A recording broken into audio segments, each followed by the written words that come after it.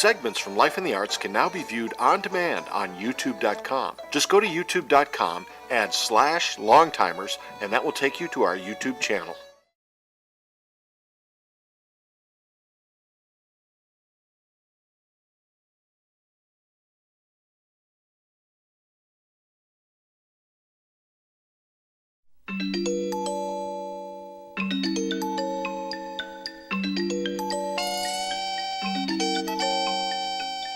Welcome to another edition of Life in the Arts Classic Light, the art enrichment program featuring art lessons, virtual field trips, student films, and performing artists.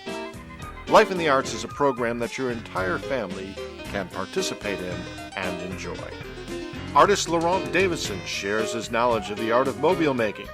So get out some light cardboard, some scissors or Xacto knives, pencils, scotch tape, some string, paper clips, and thumbtacks, and you'll be ready to learn how to make mobiles.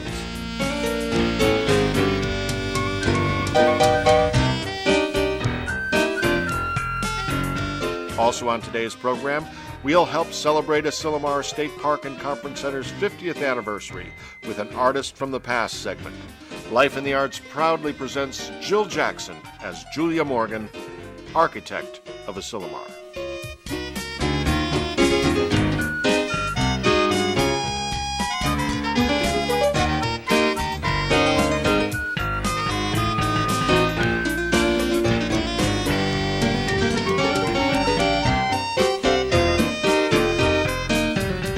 Life in the Arts is beginning to enrich your lives with art now. Hello, I'm here today to show you how to make a mobile. There are two types of mobiles, and they are behind me. We have the original mobile that is closer to the Calder model that is made with rods and aluminum sheet.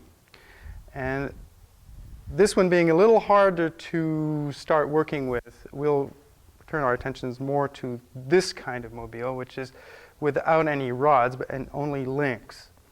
This one is made out of aluminum as well, but today we'll be working with much easier materials.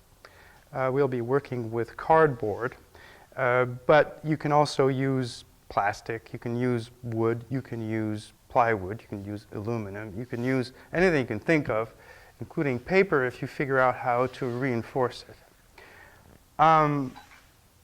The first things we're going to work with is a balancing tool, and this one is very, very rudimentary, and we'll start making one right now. You take a piece of cardboard like this, which is about 1/8 of an inch thick, and you're going to let it fold in its natural groove, in other words, lengthwise of the undulations there. So we're going to cut a little triangle because we don't want to have it too cumbersome.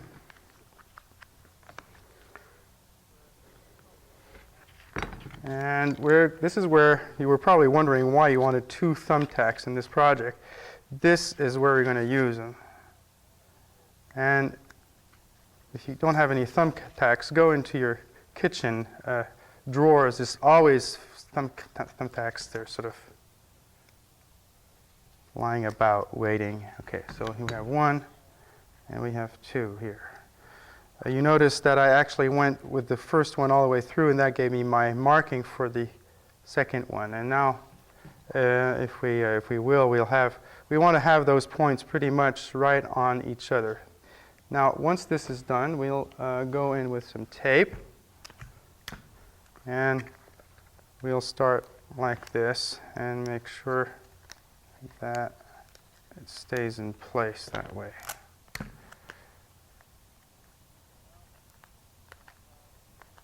All right, so now we have a little balancing tool, see? And this we don't need anymore. We're going to start with this recycled box here. This is 1/8 of an inch, and it's the perfect little gauge for what we're going to do. So we're going to start with our first shape in here in the corner, and we're going to proceed to cut it out. And I think I'm going to try this surgical scalpel here in this case, the one I'm the most used to here. So don't try to cut all the way through on the first cut. It's sometimes tempting to try to get it done faster, but it's not necessary.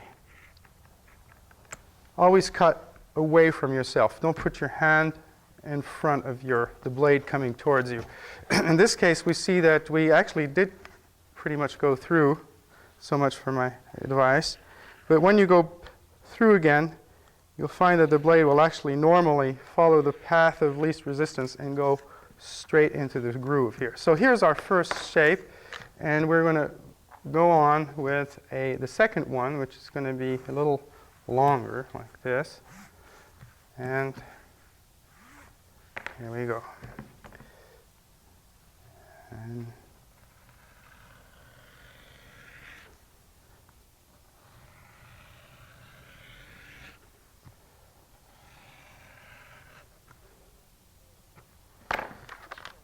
goodness, that's a brand new blade. So here is our first, this will correspond to actually to this part in the bottom of this mobile here. I don't know if you see it well. Everything starts from the bottom in the mobile making. If you were to imagine making a mobile from the top, every time you had a balancing point, you'd have to, every time you added something, you'd have to change every balancing point that was made up. So if you want to have a vision of what happens to naughty people, that's what it is. That's their assignment, make a mobile from the top. In this case, we want to have these spaced just about yay, and we have to find out where the balancing point will be for this particular piece so that it stays in that position. So what we do in this case is we're actually going to use the brand new one. Why not here and see if it works? We might have to tweak it. So, okay, now this is the little delicate part here. So this is about where you want to have your balancing point, and then once you got it, you just press your little, and I have these little pins here to make it a little wider here. So this is, I got my first balancing point. You might see it more on here. Okay, so, and I position this right here, and I'm going to take the vertical of this point, and I'm going to decide that that's going to articulate right here. This one I don't need to make a balancing point for, since that's a given. Okay, now here. Okay, we also had on our list, we also had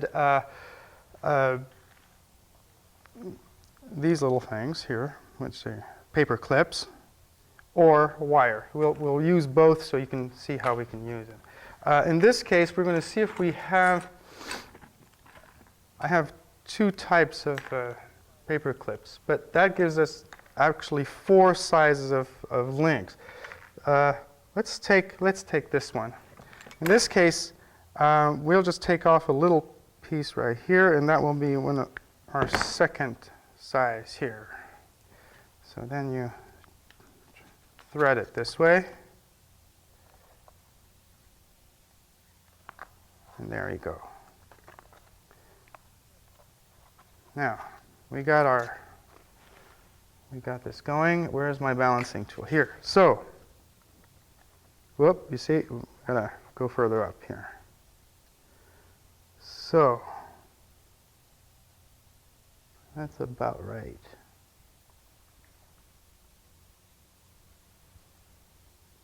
Yeah, it gives me a good line here. Okay. So now,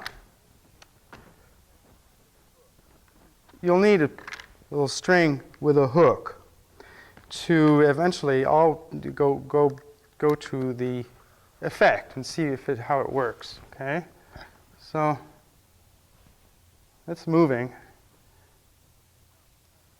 I like it. That's good. Okay, now we have. I like those paper clips. They're really neat. All right, so in this particular case, we're just going to use this portion here. It would be nice if we could just go and use our drawing, but we'll just have to bring it in a little here. So it's probably going to be like this. And going to be like this. And let's just sort of, yeah, that's going to be fine.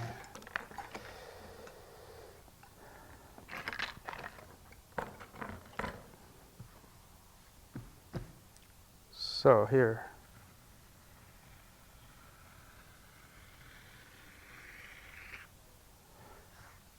So you keep your hands out of the path. That's really important. I'm afraid I sort of made the wrong, you can always see when your first line isn't too good that you can always go back and cheat a little.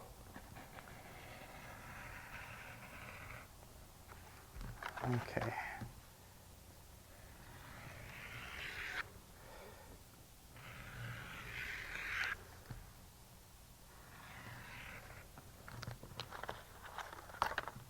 There we go.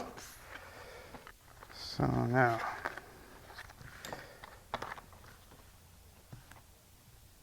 we're going to articulate this one again against our balancing point, and we're going to choose our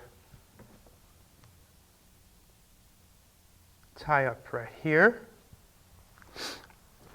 And in this case, we might still be able to use one of these guys. And that's what we'll do. And we're going to cut some part of it off right here.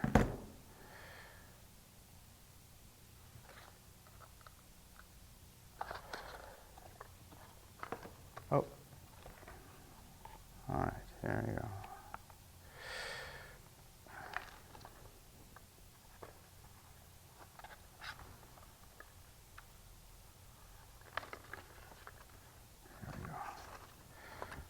Here we go again.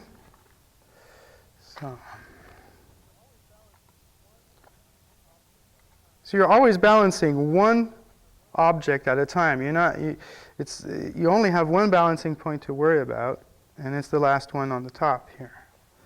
Now,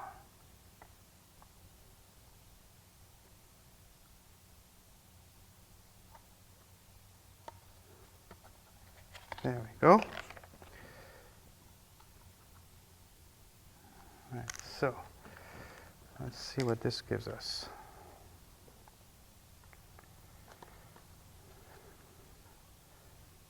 Yeah, that's nice. Yeah. Okay.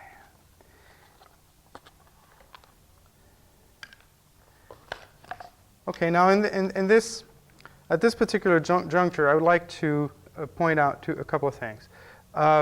You notice that the shapes are going bigger. It doesn't have to be that way. You can start with larger shapes at the bottom and go the other way around.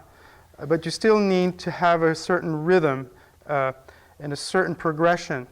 And I always like to point out the fact that mobiles are very much like music. In other words, they're constructed out of a motive, of a shape, and they use rhythm, and they use numbers. And in this case, for instance, we have 3 pieces, and it's like flower arrangements. It's sometimes nicer to have odd numbers. Don't ask me why. I think it has to do with proportion and all the other stuff. It's a very in this particular juncture, we don't have to go too deeply into numerology or whatever. Now I don't think I'm going to be able to get anything out of this shape, so we're going to have to go to the next here. At this level, I think I want to go in the other direction. And this is a little going all in one direction. I'm going to now go the other way. But I could choose to go directly with a long shape like that, or I could put a little counterpoint here. Now, counterpoint. We've got another musical term here. So you notice I don't have a drawing all the way through. I mean, this is I've been doing this quite some time now. I have this in my mind what I like to do, but you can. Once you know what it's supposed to look like at the end, you can go ahead and make a full drawing before you go any further. Okay, that's going to be my counterpoint here. It's going to be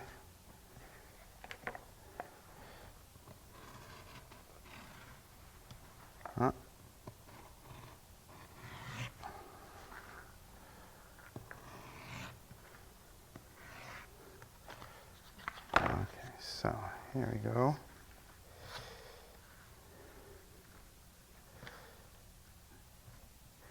Okay, now I don't like this one. I'm going to have to give it a little curve here, and the same here. Okay. So this is going to be another position of given, so to speak. And I'm going to center it right here. Okay. So there's a pin.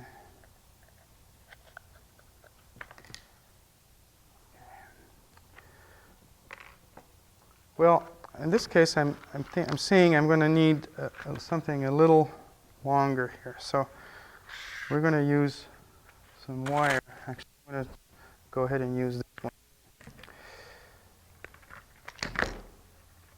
So in this case, you need to massage it a little and straighten it out, because otherwise it puts all sorts of kinks, right? And so here. And then I'll use this little, whatchamacallit, pliers. And I'm going to decide how far I want it right here. And here we go. How to make your own paper clips. Oh, I have to turn it around. Okay, here we go. Okay. So here you leave a little more. So you can have a little threader. That way you can easily go through here.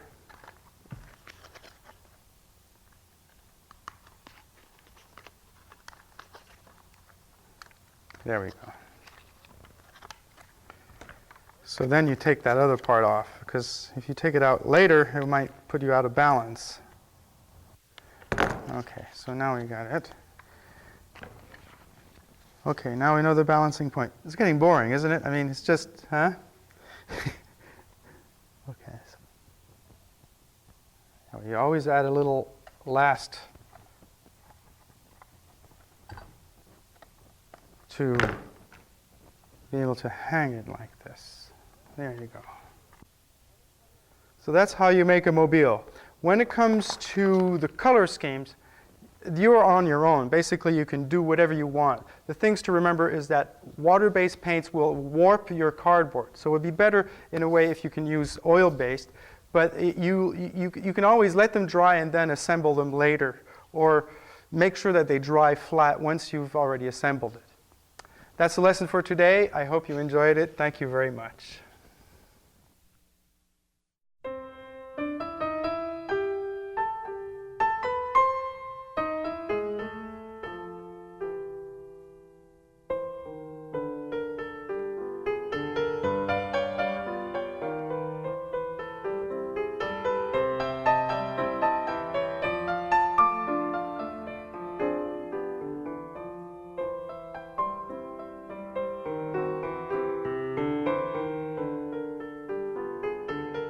My name is Julia Morgan, and I truly enjoy coming here to Asilomar every chance I get.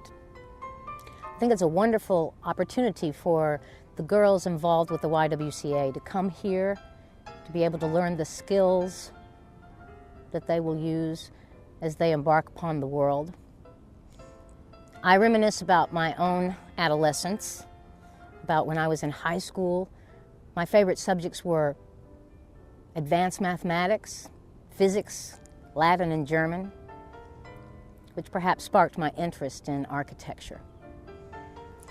Like most girls, I took dancing and music lessons, but unlike most young women, I considered both medicine and music as careers before deciding upon architecture. I knew how rare women architects were and that it would be a difficult task. My cousin, an architect, suggested that I study civil engineering in preparation for a degree in architecture. Enrolled at the University of California at Berkeley, I learned about the structure of buildings, how to draft and how to calculate the qualities of structural elements such as beams and columns. It was there I first met Bernard Maybeck, an architect hired to teach descriptive geometry, who was to become my mentor. Maybeck sent many of his protégés to the École des Beaux-Arts in Paris, France. He urged me to go, despite the distance, the language barrier, and the knowledge that no woman had ever been admitted into the architectural school. But with his encouragement and a strong support from my family, I left for Paris 2 years after graduating college. Now, twice a year, several hundred men would take the entrance examinations for architecture, and usually only 40 or 50 applicants would pass. The examinations included problems in design, engineering, and the history of architecture. When I registered at the École and requested to take the examination, I was denied. I was told that the École admitted women into painting and sculpture, but not into architecture classes.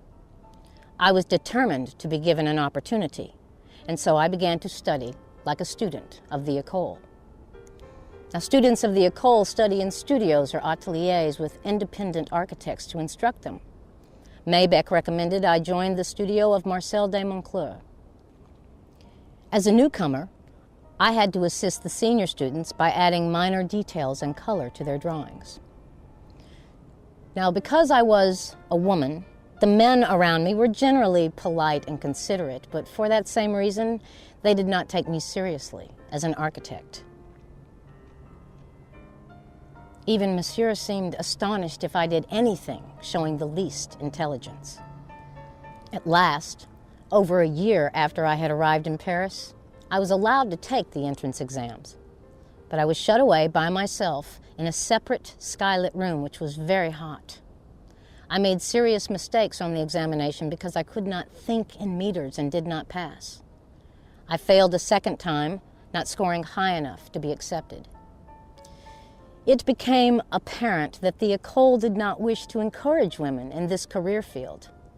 This fact merely brought out my stubborn streak. It was a mixture of dislike of giving up something attempted and the sense of it being a sort of test in a small way, which made it seem a thing that really had to be won. And so I took the exam a third time. I ranked 13th. The École takes the top 40. I had made it. I went on to become the first woman to receive the Certificat d'études in architecture. I returned home and began working with John Galen Howard on the University of California campus at Berkeley. My first work was the George Hurst Mining Building.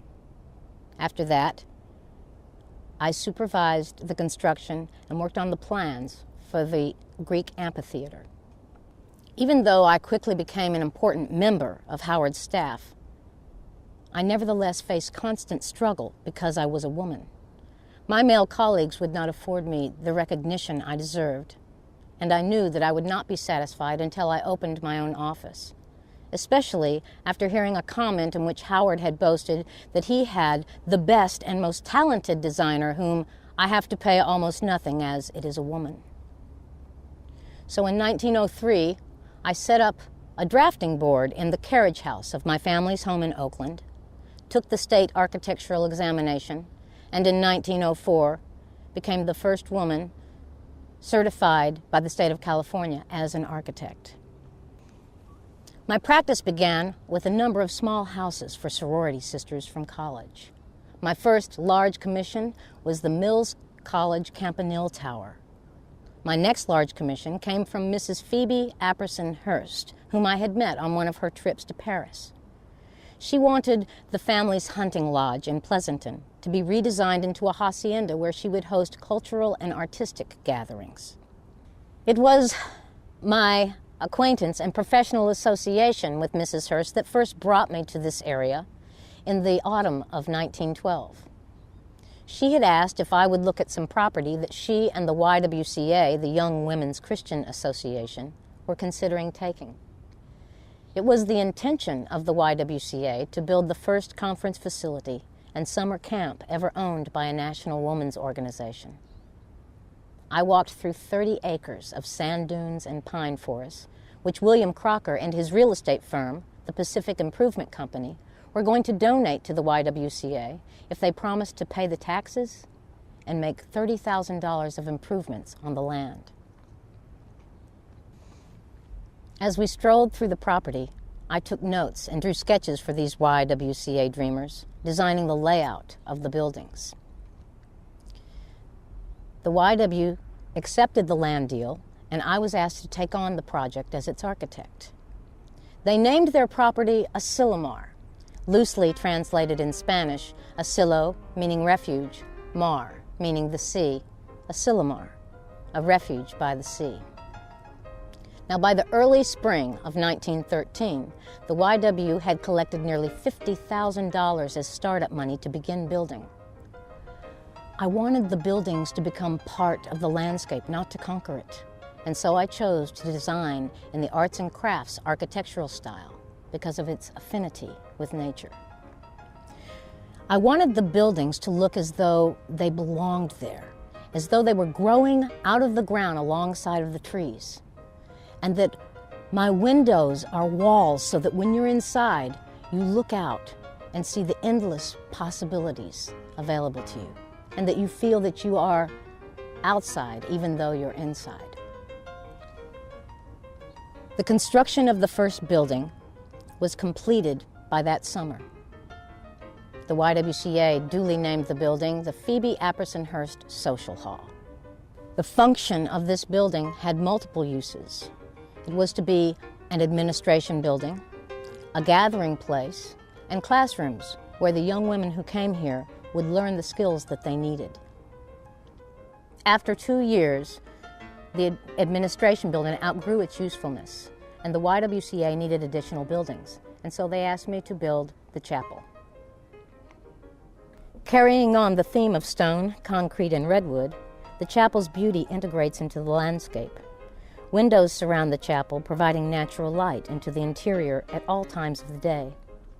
The interior folding partitions allow the building to serve multiple uses by closing off certain areas. The wood floor is built on a slight slant, offering the visitor in the room a sense of sitting on the side of a sand dune. King post trusses give the building spaciousness and leads the eye up to the balcony and westerly to the view of the sand dunes through the large picture window. Outside, the open porch areas have the same space dimension of the windows that occupy the building. It was my plan to build 16 structures on the conference grounds, from the stone pillars which greet you as you enter the conference grounds, to the administration building, to the tent houses to house the girls who came to camp, to the staff cabin affectionately known as Stuck-Up Inn, to the great hall, Merrill Hall, dedicated to the first director in camp. I designed the most important buildings centered around a campus circle, the administration building, the chapel, and the dining facility, which was originally a circus tent donated to the YWCA by Mrs. Hurst. Each building has its own story and is designed to allow light to filter in and lighten and highlight the architectural features of the building. Perhaps the struggles I have encountered and overcome are my contribution to the women of this world. The struggles gave way to opportunity, and hopefully they are my contribution to the world of architecture. I design with the intent that my work will speak for itself.